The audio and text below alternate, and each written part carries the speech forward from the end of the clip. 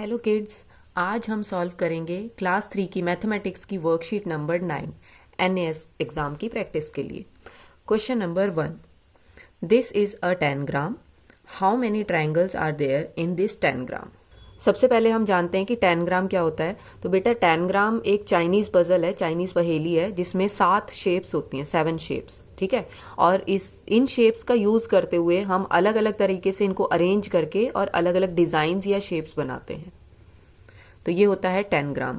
अब यहाँ हमारे क्वेश्चन में है कि ये 10 ग्राम है और इसमें कितने ट्राइंगल्स हैं। तो ट्राइंगल के पीसेज हम काउंट कर लेंगे, 1, 2, 3, 4 and 5। 5 triangles, option C is the correct answer. Question number 2, which athlete number is 506। 506 कौन से एथलीट के ऊपर नंबर लिखा हुआ है। तो 506 ये वाला नंबर है जो एथलीट ए के ऊपर लिखा हुआ है।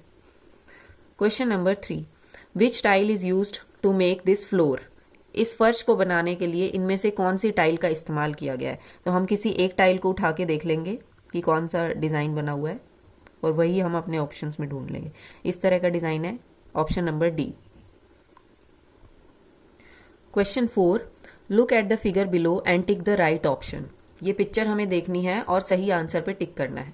तो पिक्चर में बनी हुई है 1 किलोग्राम कॉटन और 1 किलोग्राम पटेटो, यानी 1 किलो रुई और 1 किलो आलू। अब ये सेंटेंसेस हम पढ़ेंगे। Cotton is heavier than potato, cotton आलू से भारी है। Potato is heavier than cotton, potato cotton से भारी है। Weight of both are equal, दोनों का वेट बराबर है। Weight of both are not equal, दोनों का वेट बराबर नहीं है। तो बच्चों इसमें यह ध्यान देने वाली बात है कि दोनों का वेट पहले से ही बताया हुआ है कि हमारे पास कॉटन भी 1 किलोग्राम है और आलू भी 1 किलोग्राम है, ठीक है। तो जब बता ही दिया है कि रुई और आलू दोनों का वजन 1 किलोग्राम है तो weight of both are equal, दोनों का वजन बराबर है, ठीक है। ये नहीं सोचना कि रुई हल्की होती है आलू भारी होता है, नहीं, वो चीज़ तो होती है, लेकिन यहाँ वजन बता रखा है कि 1 ही किलो हमारे पास आलू है और 1 ही किलो हमारे पास रुई है, इसीलिए हम टिक करेंगे weight of both are equal, दोनों का वजन बराबर है। Question 5, help Naman in making his bill. Naman की हेल्प करनी है उसका बिल बनाने के लिए। तो यहाँ पर 3 चीज़ों का प्राइस लिखा हुआ है। एप्पल 58 रुपीज़ पर किलोग्राम, पर किलोग्राम का मतलब होता है 1 किलो एप्पल 58 रुपीज़ के मिलेंगे। बनाना 28 रुपीज़ पर किलोग्राम, 1 किलोग्राम बनाना मिलेंगे 28 रुपीज़ के। इसी तरह से गवावा 23 रुपीज़ पर किलोग्राम, अमरूद मिलेंगे 23 रुपीज़ के 1 kg, 1 kilogram. Naman bought 1 kilogram guavas and 1 kilogram apples. Naman ने गवावाज खरीदे और एप्पल्स खरीदे, तो उसका बिल कितना होगा। तो गवावाज हैं बेटा 23 रुपीज़ के 1 किलो और एप्पल हैं 58 रुपीज़ के 1 किलो। ये दोनों चीज़ें नमन ने खरीदी हैं, हम इनको ऐड कर लेंगे और उसका बिल बना देंगे। 8 + 3 11, 11 का 1 इधर और 1 ऊपर कैरी। 5 + 2 7 + 1 8, 81 रुपीज़ का बिल बनेगा। Option D ₹81 is the correct answer. Question number 6, इस पिक्चर में बताया गया है कि बच्चों को कौन कौन से कलर्स पसंद है और कितने बच्चों को वो कलर पसंद है, ठीक है। जैसे रेड कलर इतने बच्चों को पसंद है, ब्लू कलर इन बच्चों को पसंद है, तो इस तरह से सभी कलर्स का बता रखा है।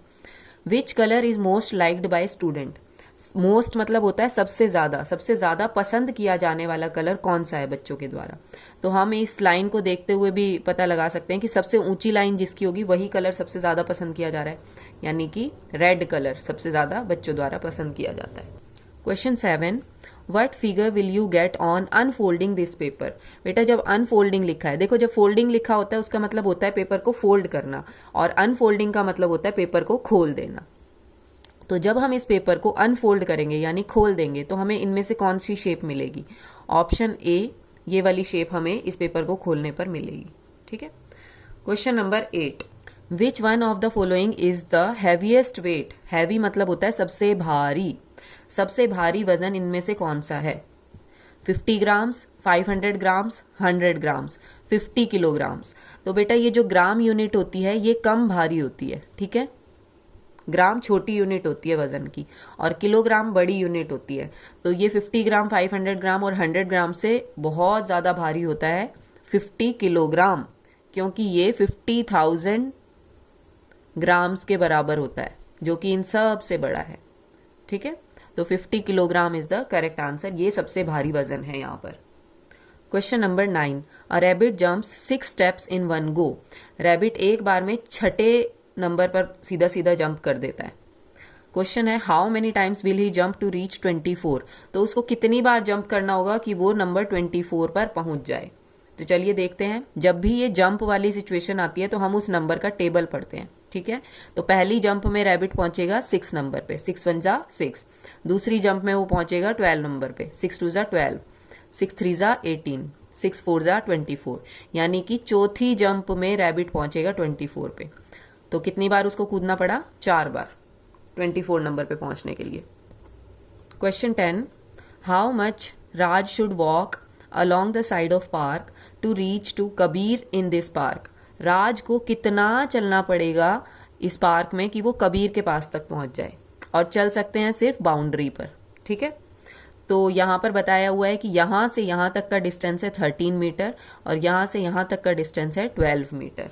राज को पहुंचना है कबीर तक, तो राज पहले ये 13 मीटर कवर करेगा, ये 13 मीटर, और फिर ये 12 मीटर कवर करेगा और वो पहुंच जाएगा कबीर के पास। ओके, तो टोटल उसने कितना कवर किया? 13 + 12, 3 + 2 5, 1 + 1 2, 25 मीटर्स उसने कवर किया। ऑप्शन ए, 25 मीटर्स राज को चलना होगा ताकि वो कबीर तक पहुंच जाए। Question 11, which tile is a part of given figure. इस पिक्चर में इनमें से कौन सी टाइल का इस्तेमाल बार बार किया गया है? तो मैं आपको हमेशा बोलती हूँ कि किसी एक टाइल को पकड़ लो।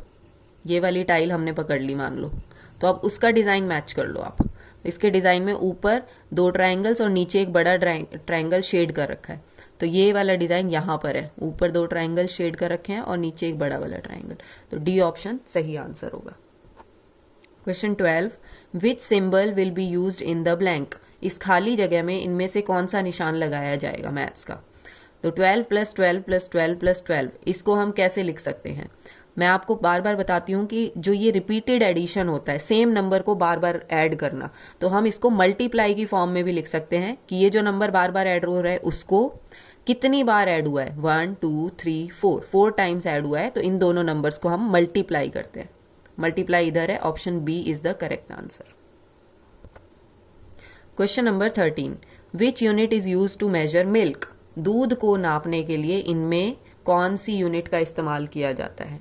तो दूध, पानी, तेल, ऐसी तरल चीज़ें, लिक्विड चीज़ों को हम हमेशा लीटर में नापते हैं। इसका आंसर होगा लीटर। लेकिन हम बाकी चीज़ों के बारे में भी समझ लेते हैं। बेटा, किलोग्राम हम यूज़ करते हैं जब हमें किसी चीज़ का, किसी ठोस चीज़ का वेट नापना होता है, जैसे फ्रूट्स का वेट नापना है, या फिर वेजिटेबल्स, या फिर दाल, चावल, इन सब चीज़ों को हम किलोग्राम में नापते हैं कि हमें 2 किलो दाल चाहिए, हमें 5 किलो चावल चाहिए, या हमें 2 किलो संतरे चाहिए, तो वो हम किलोग्राम में नापते हैं, ठीक है। नेक्स्ट यूनिट है मीटर। मीटर से हम नापते हैं बेटा थोड़ा लंबा डिस्टेंस या फिर बड़ी चीज़ें, जैसे साड़ी को अगर हमें नापना है, मम्मी की साड़ी को, तो वो हम मीटर में नापेंगे कि मम्मी की साड़ी कितने मीटर लंबी है, ठीक है। या फिर हमें कोई छोटा डिस्टेंस नापना है, जैसे स्कूल का ग्राउंड कितने मीटर है, तो वो हम मीटर में नापेंगे, इतना तक की दूरी लगभग। सेंटीमीटर का इस्तेमाल हम करते हैं छोटी चीज़ों को नापने के लिए, उनकी लंबाई या चौड़ाई नापने के लिए। जैसे कि आप अपनी नोटबुक को मेजर कर सकते हो सेंटीमीटर में, उसकी चौड़ाई या लंबाई, ठीक है। या फिर हम इस पेंसिल की लंबाई को मेजर कर सकते हैं सेंटीमीटर्स में।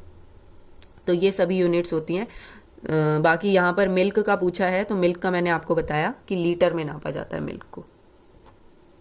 Question 14, a school has 750 students, 314 students are boys, how many students are girls? तो एक स्कूल में 750 बच्चे हैं टोटल, उसमें से 314 तो लड़के हैं और बाकी बची हुई लड़कियां होंगी, तो वही बताना है कि लड़कियां कितनी हैं। तो 750 यानी टोटल स्टूडेंट्स में से अगर हम बॉयज़ को हटा दें, 314 को माइनस कर दें, तो जो बची हुई बच्चियां हैं, लड़कियां हैं, उनकी संख्या यहाँ पर आ जाएगी। 0 में से 4 नहीं जा सकता ना, तो हम इधर से उधार ले लेंगे, बोरो कर लेंगे। तो उधार लिया है तो 5 का बन जाएगा 4, और यहाँ 0 को मिल गया 1 उधार, यानी ये बन गया 10। 10 में से 4 गए 6, 4 में से 1 गए 3, 7 में से 3 गए 4। 436 लड़कियों की संख्या है। Question number 15, how much weight should be remove from pan A. So that pan A equals pan B. Pan A में से हमें कितना वजन हटाना होगा कि वो पैन बी के इक्वल हो जाए। तो पैन ए में देखिए 1 किलोग्राम, 500 ग्राम, 500 ग्राम, और ये है पैन बी, इसमें देखिए 500 ग्राम, 500 ग्राम और 500 ग्राम। अब हमें इनको कंपेयर करना होगा। बेटा हम जानते हैं कि 1 किलोग्राम में कितने ग्राम्स होते हैं, 1000 ग्राम्स होते हैं, है ना, 1 किलोग्राम में। यानी कि इसको हम 2 बार 500 लिख सकते हैं। 500 और 500 मिलकर ही 1 किलोग्राम बनाते हैं ना। तो इसके बराबर तो ये दोनों हो गए, इसके बराबर ये वाला हो गया। हमारे पास इसमें एक्स्ट्रा कितना है, 500 ग्राम्स एक्स्ट्रा है। तो हम अगर इस 500 ग्राम्स को हटा देंगे तो पैन ए का वजन पैन बी के बराबर हो जाएगा। ठीक है, इस तरह से आप इसको समझ के करिए कि हमें 500 ग्राम्स इसमें से हटाने हैं, जो कि है ऑप्शन नंबर सी, 500 ग्राम्स।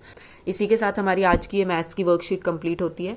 उम्मीद करती हूँ आपको समझ आई होगी। इसके आंसर्स आपको OMR शीट में प्रैक्टिस करने हैं कि किस तरह से आंसर्स OMR शीट में आप लगाओगे। और अपना ख्याल रखिए। Bye bye.